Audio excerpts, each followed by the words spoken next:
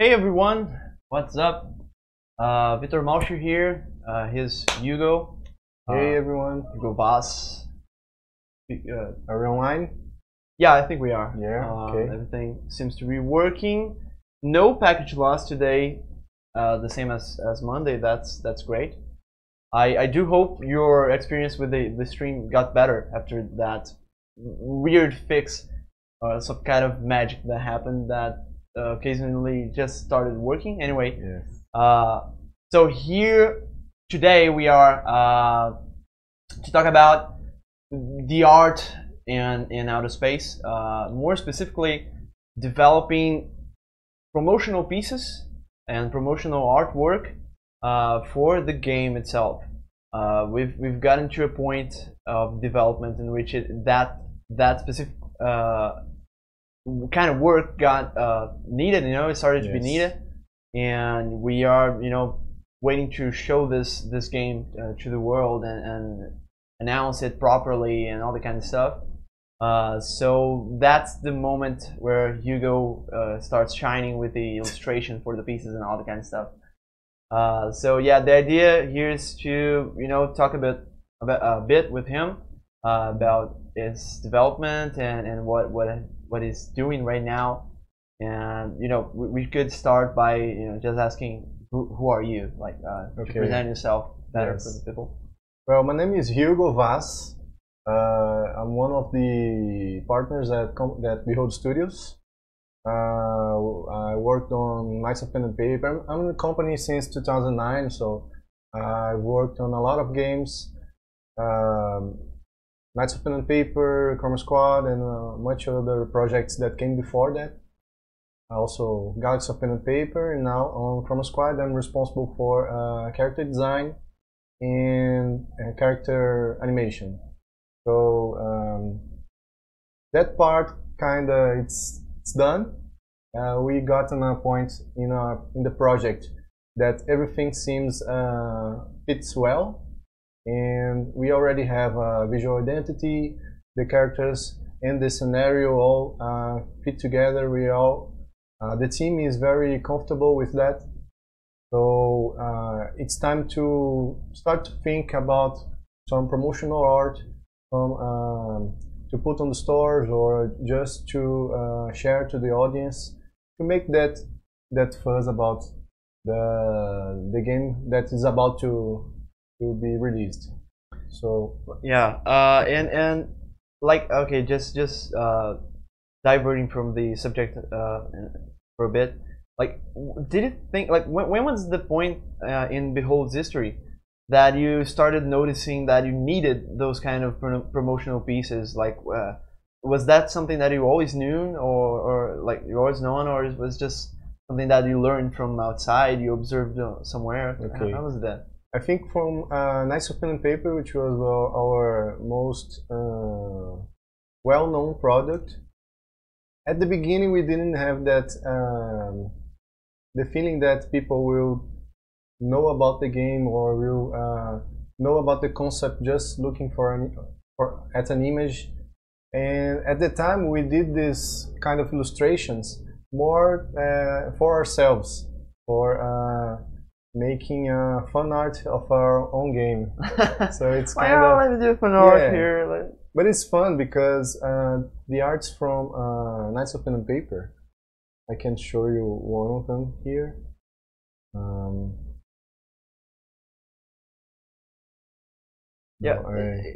I'm asking this because a lot of people that start developing, they don't think about those kind of things, right? When you're at the start, you pretty much want to make a good game, and that's all. Like all that marketing and presentation stuff, it all gets behind, and it gets just simply forgotten. Yeah, totally. Let me see if I have here. Because in Knights of Pen and Paper, we did these things more like informal way. Like we had the time at the moment, and it will be fun to imagine those characters like in a realistic way, or in a different angle, or some situations they're in. And this kind of art kind of takes the idea of the game and puts it outside. So you can see another angle. You see the game as a universe, as a new, not just some illustrations inside of the game or some pixel art or some 3D models that animate, but as actual characters that can be translated to other styles, and maybe basically to expand this world of the game, this universe. It makes sense. Like that's one reason why many developers use concept arts for promotional material as well, right? Yes. Because that kind of art with a different art style, with a different perspective, it's as important for the developers that need that kind of new perspective to the project, as to the players that the image they have of the universe of the game is also built by those kind of arts, like, yes, of course. That's why probably many players have some kind of image of a game that's also built upon the fanfics and the fictional the arts that people make about the games. It makes sense, like totally makes sense. Yeah, I have an example here about Galaxy of Pen and Paper, which has also this promotional art I did. In this case, I decided to keep the pixel art style because to keep the resemblance of the characters from inside the game and bring this outside of the game, but playing a little bit about the lights and the enemies and some situation they are in that talks about what the game is about. For example, in this case, they are on a planet and the ship is rescuing them. So in Galaxy of Pen and Paper, you get inside and outside of the planets often, and I try to bring this feeling to the art. So they basically in those situations that you need to leave the planet as soon as possible because you're being attacked and they're waiting the ship at the very last moment they are rescued. So this is the basic feeling about this art. And the inclusion of the table is basically obligatory for every pen and paper material, yeah, because every time we want to go to the idea that they are playing RPG and there are some things in the real world that actually are in the imaginary world. In this case, is the table, are the computers and books and miniatures, maps, and food and drinks. So it's a very fun way to show what the game is about in another perspective. Yeah, otherwise, like without the table, it would be a common, I don't know, RPG action game title. You put a table there, and you connect it directly to the core experience of having both the real world and the fantasy world, right? Yes. And also, this kind of thing helps you with another material that some journalists or some people that want to talk about your game will have to illustrate or to make some material other than the screenshots, right? Because sometimes you may get tired of just looking on screenshots and looking for these illustrations and additional contents for your game really refreshes the things about the game. Yeah. So Rogue Snail saying hello, Mark probably. Yes. So or anyone else using the account, but it's probably Mark. Hello there, and Iris Prodigy always here with us. Good having you back, man, or woman. I don't know. Anyway, person. And Jubileo TF2 is here again as well. I remember you. You're disputing which one came first, but anyway. Demnender as well. Good to see you here. Hello, guys. So yeah, well, remember that you can always ask us anything, all right? Yes. So if you have any questions about what Hugo is saying, if you didn't understand something, or if you want him to develop more the argument or something like that, feel free ask us anything you want, and we'll try to answer it. For example, Mark is asking, why is Hugo so handsome? That's the, you know, I showered today, so yeah, maybe. Yeah, but maybe that's probably reason, it. Yeah. That's probably it. So shower every day, or at least once in a while, then you become more handsome. Anyway, and well, okay. So and about outer space, so, like more specifically. That's basically this is the purpose of a promotional art, to talk about our game other than the screenshots and other than the game itself. And for outer space, we did some, as we say, the game has already a visual identity set. The characters are well accepted by the other developers and the audience, and we kind of found these charismatic characters. So maybe it's time to experiment on some other situations and some other drawings and illustrations that can talk about the game other than the screenshots. So for example here, I worked on some basically actions that you experience while playing. For example, running with a broom. Yeah.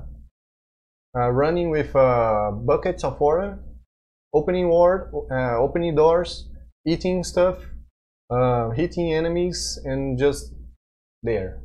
Being there. Yeah, being there. So, awesome. And this is an opportunity to feel the characters' expressions and see if they actually express something and talk with their how they say that? Yeah, body, right? The body language. So it's an opportunity to work on that.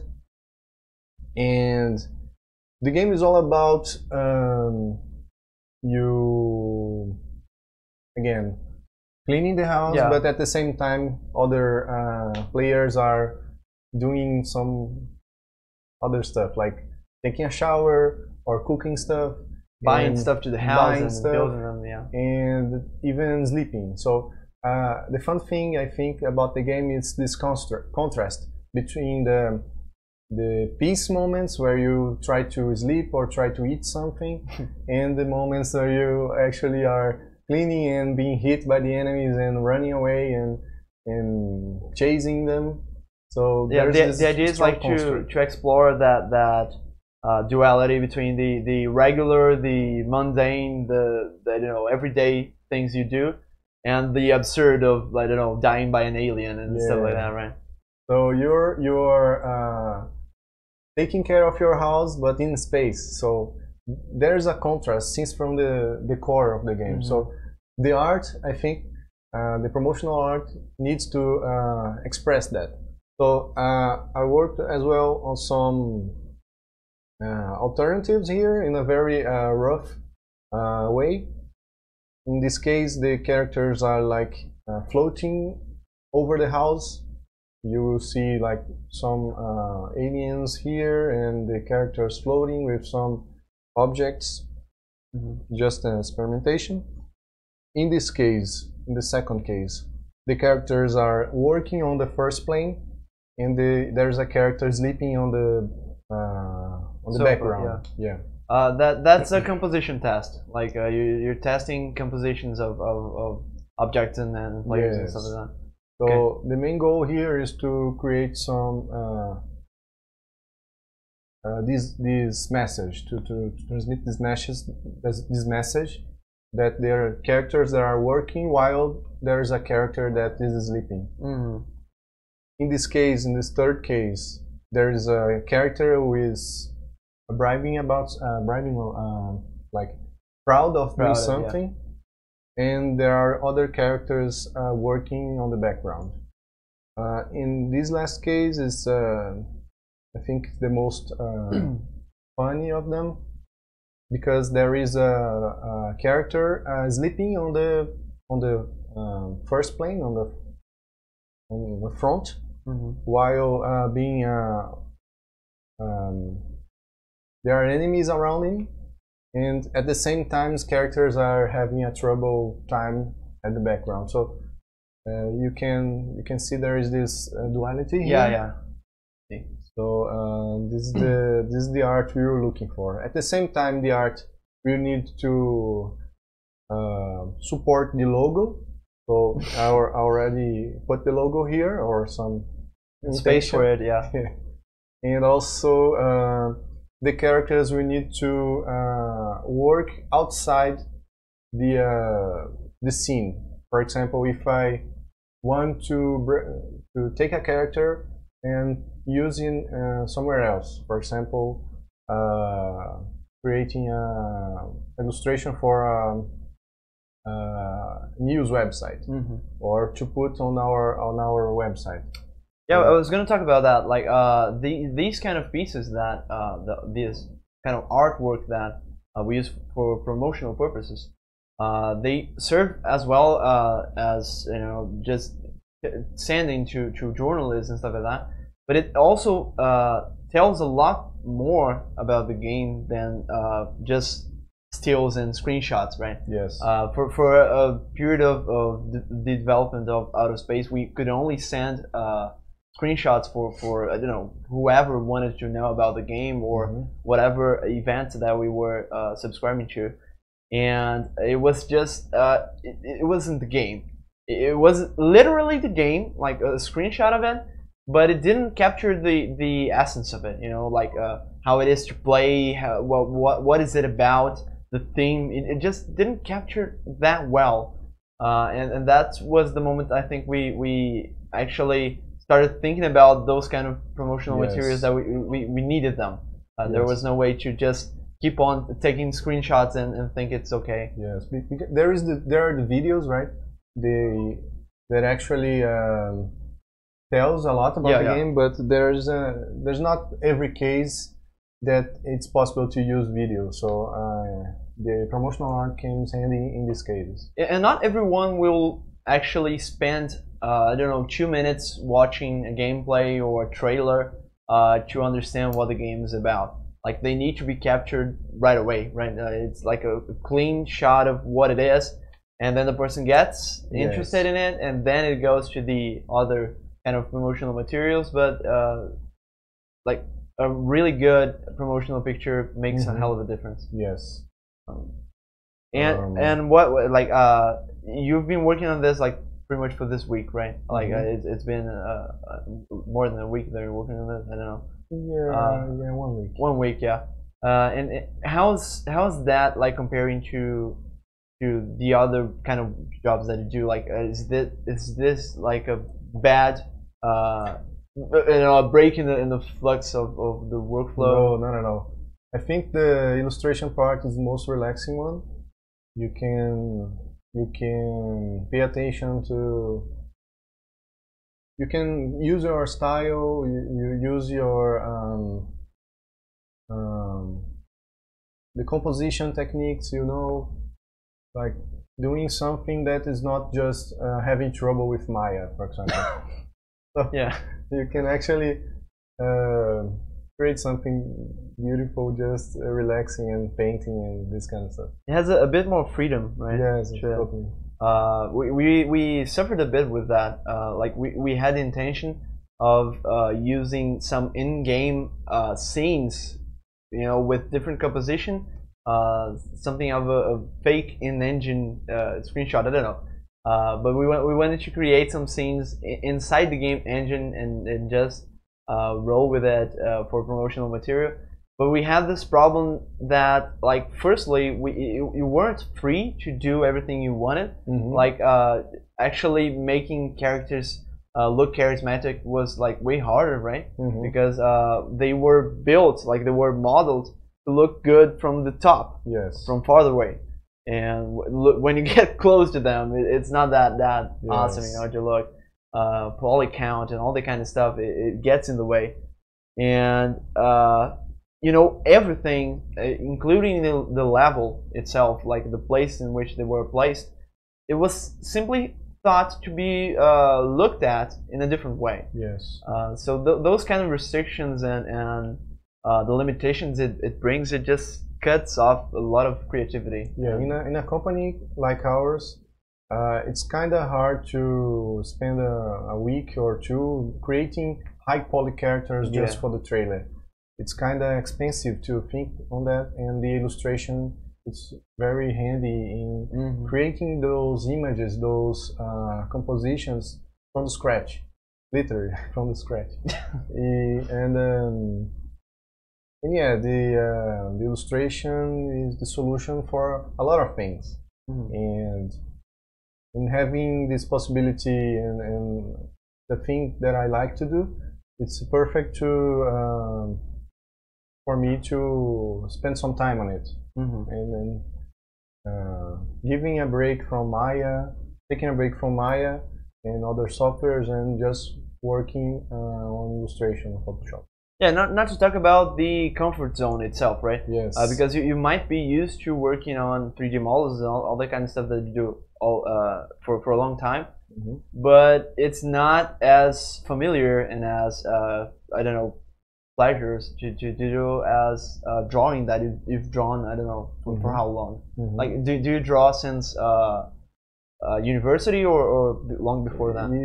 Before university, yeah. So it's a long time relationship. You can't undervalue that kind of familiarity and yeah. My drawing, my love for drawing actually that drove me closer to the game industry. So I draw before working with 3D or working with illustration properly. But the university and the Behold Studios actually gave me purpose to work on the illustration field, and also create some portfolio on that, and see those drawings actually doing something. Yeah, that's interesting. I don't know, illustration work in general is pretty cool and pretty good for developing a portfolio, which is extremely important. It's important to say, like, for those of you that work with illustration somehow, it's important to have a portfolio. Okay, so keep that in mind. Like, if you're not working on anything, just work on your portfolio. It will help you a lot. But when you were talking about illustrating for games, like creating art for games, it must be a different relationship to see what you're doing actually live in life, you know, like having some movement and interaction with it. It must be cool. Yeah. So let's yeah, something like, yeah. Okay. Iro's prodigy. I'm just gonna call you Iro. Can I do it, because it's kind of a big name. Iro's asking if we were going to go to TwitchCon. Probably no, but I've never actually thought about doing so. Do you think we should? Because I don't know how it is, like how the conference is, what happens there, and if there's place for I don't know, early adopters for the Twitch. You know, we started streaming not so long ago, and we are kind of noobs in that yet. So is there like something good to say on this kind of conference? Do you think we should go? Maybe not this year, I don't know when it is, but maybe next year we will think about it, depending on what you think. I mean, yeah. So Iro, if you can explain us, it would be awesome. I think we should. Okay, so you think we should get a booth? When is it? I'm not quite sure when is it, the event. But we'll look into it. It's honestly, we hadn't thought about it, but it seems cool. Anyway, so back to your work. So what I'm working here is a number of positioning of the character here. I know he needs to look tired and sleeping in a very funny way. So maybe this is the way we need to go. Like prone at the couch, like Friday night after a long week. Actually, I feel those in the Wednesday. So it's me on the Wednesday. On Wednesday, yeah. 2 days before. And why is that? You just need to think about the scale of the characters. For example, if I have this guy here and this is about this size, this guy needs to be a little bigger because he's in the front. And like this one here, he is opening the door in a very funny way. Like, struggling against it. And this guy here will be like carrying water very carefully, like he is looking at the water, trying not to spill it on the floor, but running. And basically what happens here is a narrative where this character is doing nothing while these two characters are struggling to clean the ship and making something actually. Yeah, maybe they will set up things later. I don't know. When for those of you that have played the game or at least watched us playing it someday, those are basically things that you need to do, in the game. Like it's pretty much impossible to play one match of it without having to interact some way with the doors or use the bucket to save your friends or dealing with aliens and sleeping. So like the whole idea here is like to really capture the game, to feel like people that played it feel familiar with the image, because we're trying to capture what it really is, and also people that have no idea of the game, like they never played it, never heard of it, can at least capture a sense of it, what it actually is to be playing it. And I think it like that kind of composition with multiple things happening help this kind of transmission, like this kind of communication. I wrote saying that our game's pretty cool. Thanks for that. And fun looking. I think you guys would get pretty good traffic if you had a booth set up with your games in it. It's September 27, 29. Oh, we might get it then. It's I don't know. It's not that soon, so we might think about it. I mean, yeah, it's a possibility. Thanks for the call. We'll look into that definitely. And like when you're sketching like this, when do you think you've gotten to that point of, okay, that's good enough, let me keep it going? Because I've illustrated like poorly at some points of my life, and I remember having trouble with that, like okay, nah, that's not good, oh no, that's not good, and then you keep on like, oh, this could be better, and if you just keep on doing that, you will never finish anything, right? So when's the point that you've drawn a sketch and you say, okay, that's what I want? I think you need to finish the drawings whether you like it or not, because every time the next drawing is you make it a lot better. Also about the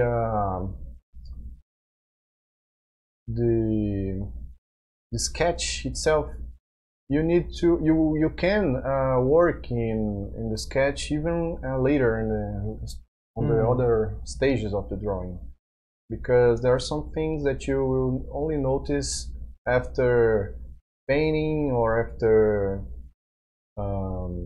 flipping like this.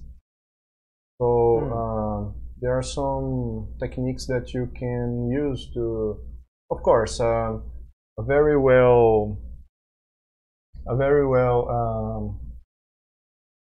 thought sketch will be awesome for your drawing. Some drawings you can be pretty sure that will be awesome at the end because of the sketch. But some things you need to accept, like if things are not okay, you can fix that in some later process. So in this case, in the first step, I set the scale of the character. In this case, in this step, I am setting the some details of the shapes, like the form of the head, the form of the eyes, position of the mouth. But I know in the future I will need to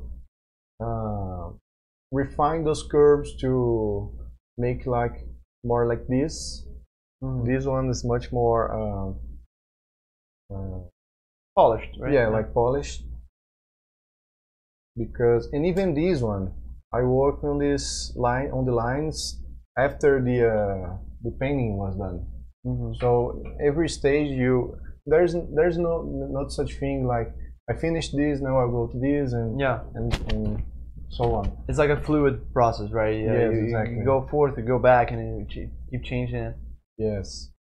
So the thing is pretty much not to be attached by anything, because it can change it at any point, right? Okay. Are you guys watching yet? Is the stream okay? Because sometimes it just keeps having connection issues here on my computer, but I tend to just hope that it's like my computer download that's bad, and not the upload itself. But it seems to be okay. I think, yeah.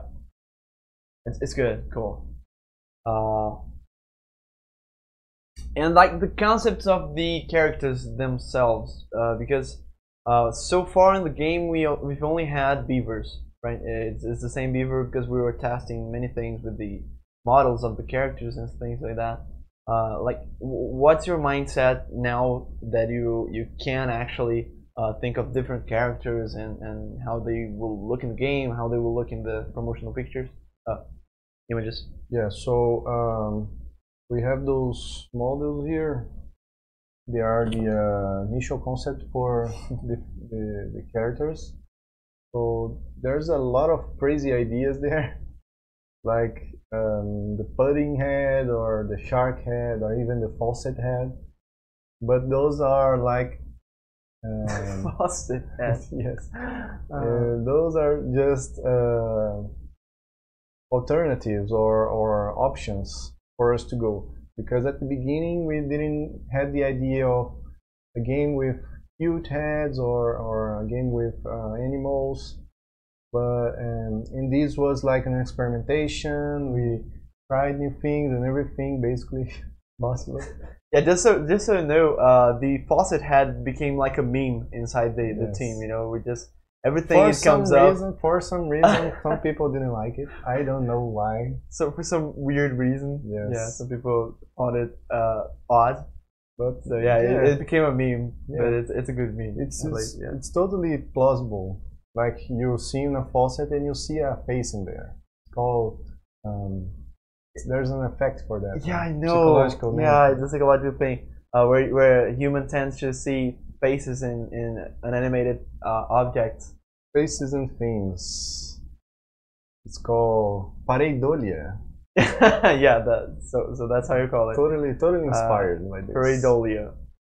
Like it's not from my mind. It's in the world. Next time you see a faucet, you will definitely see a face, because we told you so. Yeah, I don't know why, but anyway, after working on Beaver and some other characters, we kind of feel that the cute characters are the ones we want, because it's a casual game. We need players to have fun with those faces and with those expressions and make jokes about it. And some of them got selected since from the beginning, like the slug and the bird, and the whale, the beaver. It's an obligatory one. We have a chihuahua as well. And for the closest, the body of the character, we went for the closeness symbol of closeness, which is this is sweater, right? Sweater, yeah. Like coach, a very fluffy and soft fabric that can give the feeling that he is in his own home, with sneakers, but without giving away everything, without taking away everything from the sci-fi thing. So we keep those metal elements, like these legs or have this metal revestment. We had the backpack before, but they got too big inside of the game and basically useless. Yeah, they were kind of distracting because they weren't doing anything, but they were like there all the time and calling attention. And we decided to take them away. And also, and they have the same body. All the characters have the same body for technical reasons. It's way more plausible to work with the same body, especially because the animations are the same. So to work on different bodies and just try to adapt the animations and all the kind of stuff, it's weird. So it's better for us to have many heads with the same body than to have like 2-3 bodies with different heads. It would just bring less variety, right? In the end. Yes. And also we decided to we have those tests here, and we felt the character were too heroic or maybe too bulky, like large and with legs spread like that. And we decided to make him a little more lazy, with a more chubby, more posy. Yeah, they were too like Captain America, or like Buzz Lightyear. There was like way too that on that. Like this one has this feeling that more heroic, was more ready for the action, and this one is more, I think, passive or more. It's a regular person, right? It's not a hero. Yeah. It's clearly someone living their life. And also that became more fitting for the heads of the characters. We have those asexual heads, and the body we need to fit every one of them. So there are some old sketches here, but yeah, this is the one we actually care about. Some belly here, guys that like to sleep but need to work, and often once in a while one will have fear from the aliens. That's it. Yeah, it's like again that kind of contrast. It's regular things that you would expect to see in your house, but with a different context. In space, with aliens, with people that have animal heads, that everything it's like oddly familiar. That's the kind of feeling we want to approach. Yeah, and it's funny to exaggerate some things because they are all animals, and they are living in space and having a hard time to making things work, but at the same time just being lazy and not caring about the dirt on the floor. And you've at some point you've like mirrored the image. Why was that? Why did you do that? The eye, the human eye, gets comfort. I think our minds became comfortable with some things you see constantly. For example, if you are drawing, you may be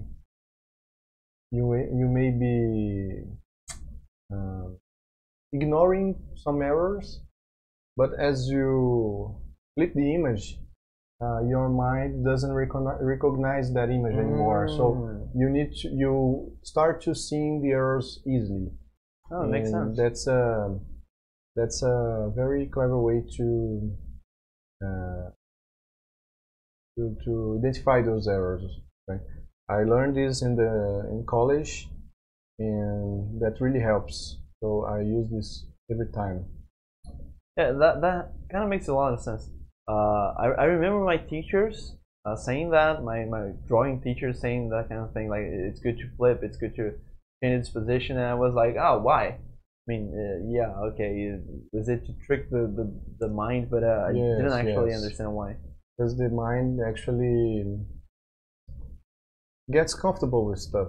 It makes sense. And you need to force some things to make seeing things differently. And like, do you notice enhancement of the quality of the drawing in general when you get to the kind of stuff? I'm sorry? Like, do you see the drawing getting better when every time you flip? And yes, of course. That's cool. Because there are some errors, some proportional errors or some anatomy errors that if you are not paying attention, or if you are too distracted with it's very specific part of the body, you just ignore. So flipping things and looking things from far away, not just only close up. Yeah. You start seeing things in a different way. So that helps localize errors and stuff. Pretty cool. Yeah. So yeah, next time you people start drawing something, remember to sometimes flip it up. It might help you. And like when you start drawing something for a promotional material, do you normally think of like their uses, like the use for this image specifically? Like, I want this to be used in, I don't know, this situation, and therefore I'm gonna have a bigger logo. I'm gonna not have a logo here, that kind of stuff. Yes. For example, this image will be used on stores. Steam, and basically every store that will sell the game will have this banner or a very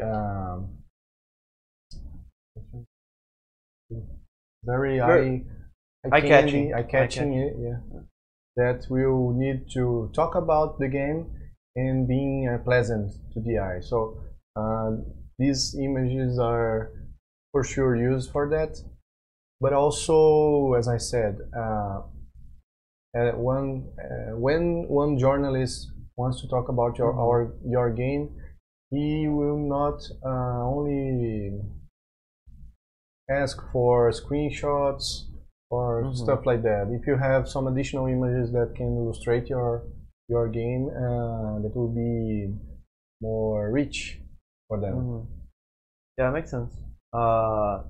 And I think we can always use like those kind of materials and like social networks and stuff like that, because there's just so much work going on in game development. Like we have so many things to do with the game, that every time we can actually reuse an art or using it in different contexts, it's a game for us, right? It's a game for the game. Like, we make the game better because we have more time to spend on it and not doing multiple kinds of promotional materials all the time. It would be too gross making like this, like drilling.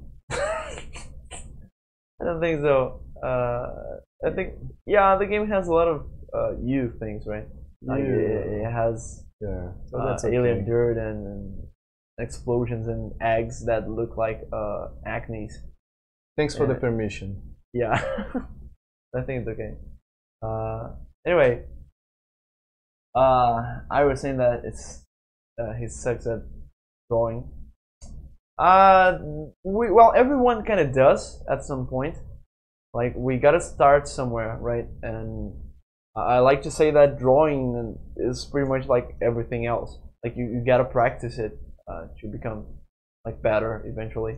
Yes, all you need to is practice, because and not judging yourself because the judgment part actually brings people down, and I like to think when I see other artists or some people that really works really well. I like to think as a motivation, like, oh my God, this guy makes everything look so easy. So let's try again. Let's not make the same as he is doing, but having the practice and the intimacy with the material and the familiarity, muscular memory also will help you a lot on having fast results and having very that drawing that you really look and see, look how I improved since the last time. So yeah, these things, I think you need to look for the things that motivate you, because it's totally possible to practice and be better for yourself and not for the others. Sure. I like to think that everyone is capable of doing anything, right? It kind of, it sounds I don't know, cheesy, but I really believe it. Like if you want to start drawing and think it's it's something that you like to do, just keep on practicing. Eventually you'll get to a point in which you look to your art and say, okay, I'm proud of this. This looks neat. It might not look as good as someone that has been, like a drawing for someone that has been working with it for 20 years. But that person has been working with it for 20 years. You take time to get to that point. But it's good to recognize like this little achievements. Yes. Every time you hit some point that you say, okay, now it's looking better. It's not looking awesome, but it's looking better. So I gotta stick to it and be glad about it. It's kind of, it has this, we are talking a lot about those things today, because the way you look at things, the way you flip the thing and you see other errors, or the way you look at your own drawings, because it's everything about the comfort zone, about you being comfortable with something, and that thing doesn't brings you more joy or more action, excitement, right? Excitement, and you go for them. You actually do something to bring this to your life, to your to be around this energy, right? To not being thrown at the couch, but be the guy on the background, not be the guy on the couch. Yeah, look at him. Like just focus him on a second. Like the guy from the bucket. Like he's struggling. You see, like in his face, you can see that it's not something that he's 100% confident about, but he's trying to do it anyway because it's important to do. So of course, if you worked a lot, you can be the guy on the couch on the weekends. Yeah. No, eventually it's important to be the guy on the couch. Yeah, but don't feel bad about it. Just do the things that you're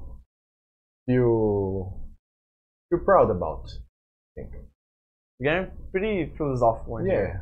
But it's important, I think we, especially when we work on game development and creative works in general, it's easy to forget how important it is both to get outside of your comfort zone and to sometimes rest, just stick to it for a while and say, no, it's okay, I own myself some time to relax and to like what I'm doing, because otherwise you just keep on I don't know, expecting more and more of yourself and of your team, of your projects, and eventually you won't get anywhere.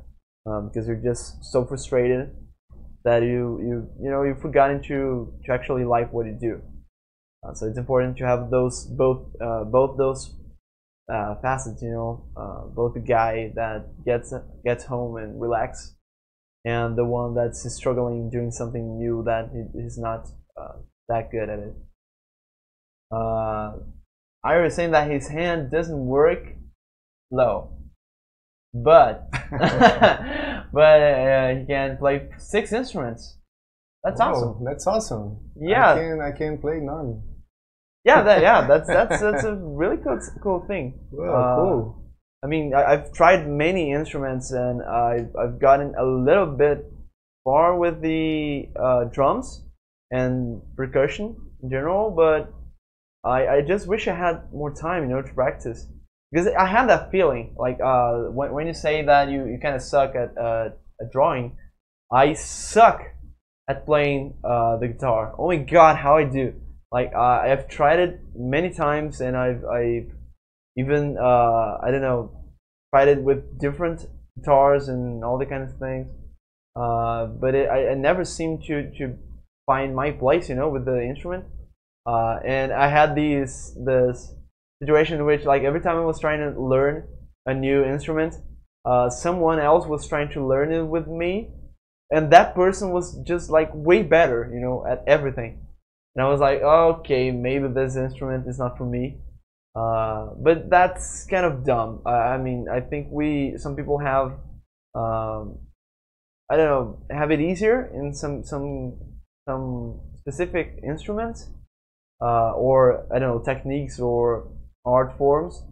But eventually, if you really want to learn that, you just gotta stick to it, right? I didn't stick to any instrument as much as I should, at least. You didn't persist. No, I didn't persist. Yeah, I should have trained more and, you know, dedicated more time. But, you know, that's that other point, that like we have priorities, right, in our lives, and I don't think it's fair to abandon something that you don't think you're good just because you don't think you're good. But at the same time, I totally understand people that give up on doing something, or at least give up on being the best at something, because they want to be better at something else, right? So I wanted to learn how to make games and be better at it, so I had to give up on time working with my instruments and my I don't know, musical life. Anyway, if you want to find something that you really enjoy, it comes more naturally through. Yeah, but you can still have other hobbies that you aren't good at. Yeah, but enjoy is the key word there, right? Like, if you enjoy doing something, it will be easier. And if it's not easier, at least you like to do it. So you have to keep that in mind, that it's something you enjoy doing, so keep on doing. But if you don't enjoy it, it's kind of hard to be good at it as well. Well, I think we lost Hugo's computer here due to battery. We have how much time we have? No, that's good. I think we've been here for almost an hour. Do you people have any other last question about for Hugo about art and things in general? Sorry if the image has like frozen. It's because the Discord didn't. No, but I'm gonna leave it because it's better than the end. Oh no, I'm just gonna put it. This? Yeah, I'm gonna put us on full screen right now. Okay. Oh, you. There it is. So, well, good stream. Thanks. We're glad to be here. Thank you all for coming. It was pretty neat to have a conversation with you about this. Thanks you for coming as well. Thank you everyone who is watching, and thank you for the invitation. It's all good. So it's always good to have someone else participating in the streams as well. And thank you all for the questions and those kind of things, especially Iro, because he's being pretty participant today. Participative, I don't know. And well, just to not lose the habit of doing so, if you're not part of the Discord community, it's discord.gg/beholdstudios. You can join us there and talk about everything from art to development in general, to whatever you want. And if there you go, yeah, it got away. And if you like to to watch us here and chat with us, feel free to follow us on Twitch. We always do this kind of material. We sometimes we stream about development, sometimes a specific area about development, sometimes about the game that we're developing right now, and eventually we have a stream in Portuguese for Brazilian developers that are interested in the area. But follow us there or on YouTube if you want to subscribe there. We always stream to both Twitch and YouTube at the same time, which is kind of crazy, but it works. And well, yeah, that's it. See you there. Thanks for coming, and until the next time. Bye bye. Bye bye.